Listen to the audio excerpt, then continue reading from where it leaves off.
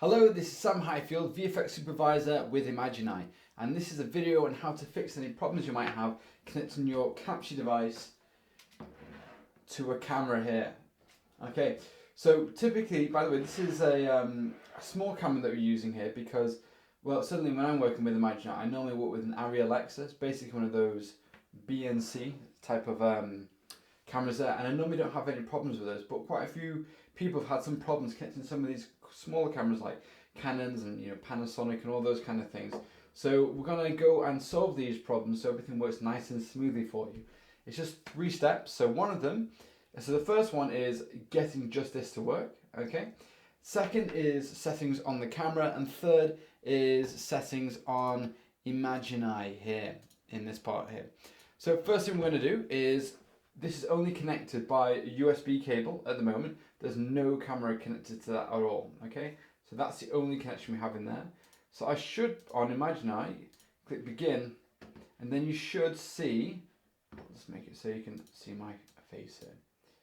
So you should be able to see these coloured bars here. Now, I'm just going to go and show you that this actually, if you can't see these, there's probably something wrong with your computer, because this is can be read by everything. In fact, if I just close this down for a second, we're on Windows here, but it's exactly the same for, let's say, Windows 10.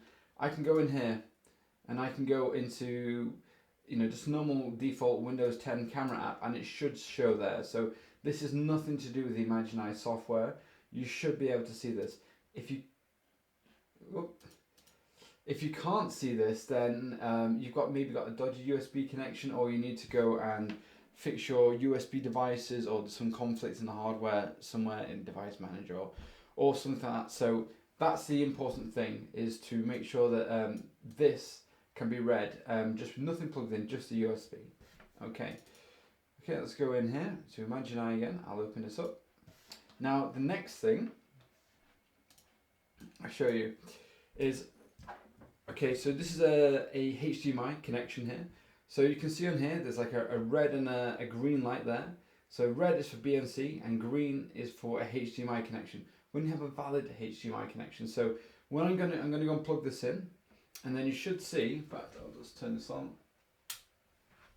spin it around, and I'll just tell you a little story about this camera. This is a Canon T2i. Okay, now this interesting thing about this camera is that it's an old camera. It's got a dodgy HDMI connection, okay? So this should be the worst case scenario. So if I can get this to work, it should be fine for you. But sometimes, I've just several cases, I've helped people out with said, I can't get Imagineye working, and they just had to mess around with the camera, and then it works perfectly fine. So let's go and plug this in here. It has got a dodgy HDMI socket, so we'll see if this works first time. Okay, so I'm going to hold it this way so you can see the little green light that will come on when I plug it in. Okay, so that means we've got a valid HDMI connection. And then where these coloured bars are, soon you should see an image pop up. A real one that we can see there. So you can see on the upper screen there that, yeah, it is working. And we have got a good connection there. So I'm just going to go and wiggle. Alright, I'm going to go and take this cable here. I'm just going to basically wobble it back and forwards in the socket so you can see what happens, and I will hold this up so you can see this green light if it goes on and off. Okay, so let's try it.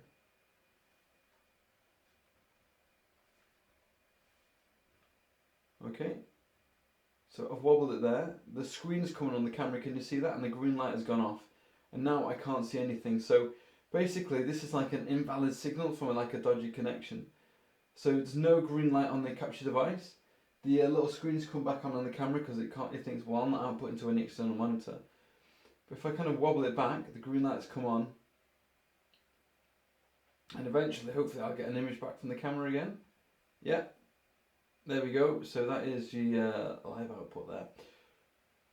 Okay, so now if that doesn't work, if you still can't see anything there, you're just getting, some weird noise or distortion, you need to go and check that the output on your camera, okay, is at 1920 by 1080. If you just follow my mouse cursor there, so 1920 by 1080 or lower, because the most that this capture device can handle is full high definition. Okay, so if you've got a camera that can do 2K output, 4K, 6K, 8K output, you can record in that size. That's absolutely fine. But there should be some kind of option where you can do the resolution for your HDMI out, and then you should be able to knock that down to 1920 by 1080.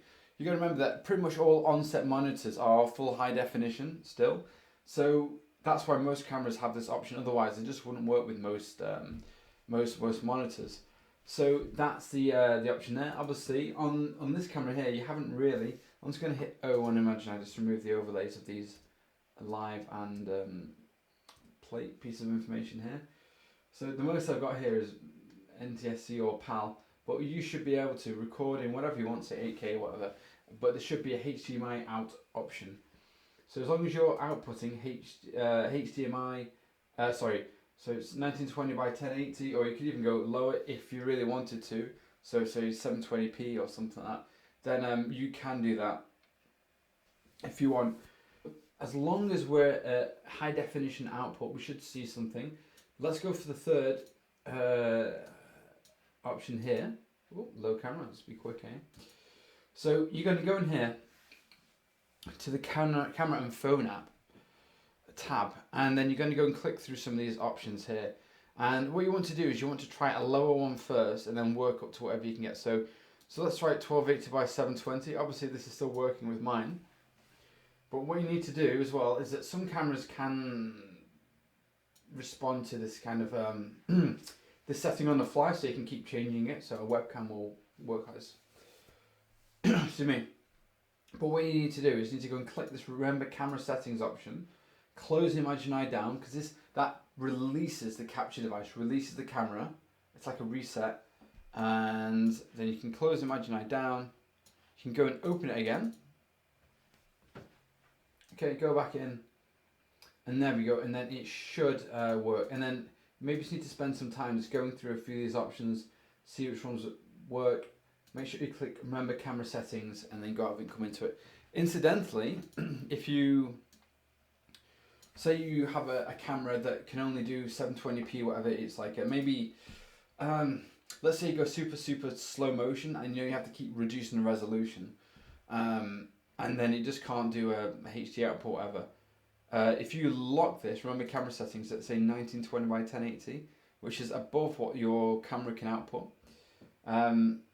so then it might not be able to get it either. So in that case, and you're just stuck, if that's the case, just click this off, close it down, open Imagineye up again, only takes a second to go back in, and then you can get like an automatic capture. So that's captured at 640 by 480, which is a bit low, unfortunately. But if you don't like that, you can go, see it says 640 by 480 at 30 frames per second.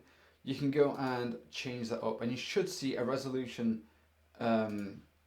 upgrade there. You should see a resolution upgrade there straight away. That's into the battery. There we go. So yeah, you can go and change that, and just change it up until something works, basically.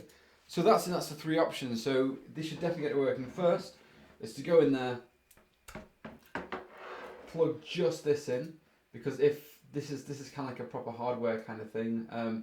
This has worked on every machine I've ever tried it on, Mac and Windows, and it works in Linux as well apparently, although Imagineye isn't released on Linux at the moment. So that should definitely work with the color bars.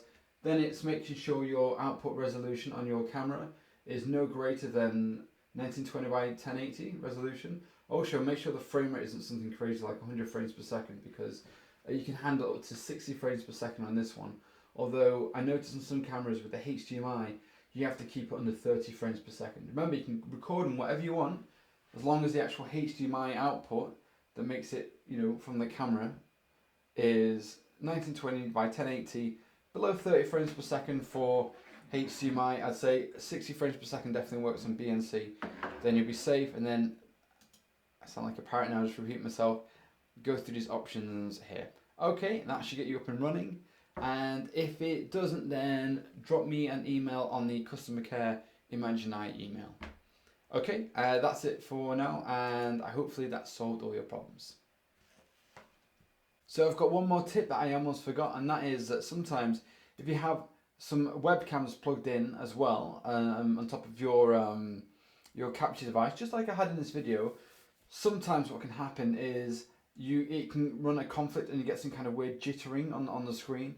So I've noticed that with more on my Mac when I run it on there, when I have the Logitech webcam as well as a capture device as well. Sometimes it glitches the screen, and as soon as I unplug the webcam, all the glitching stops, and then you get a rock solid image then.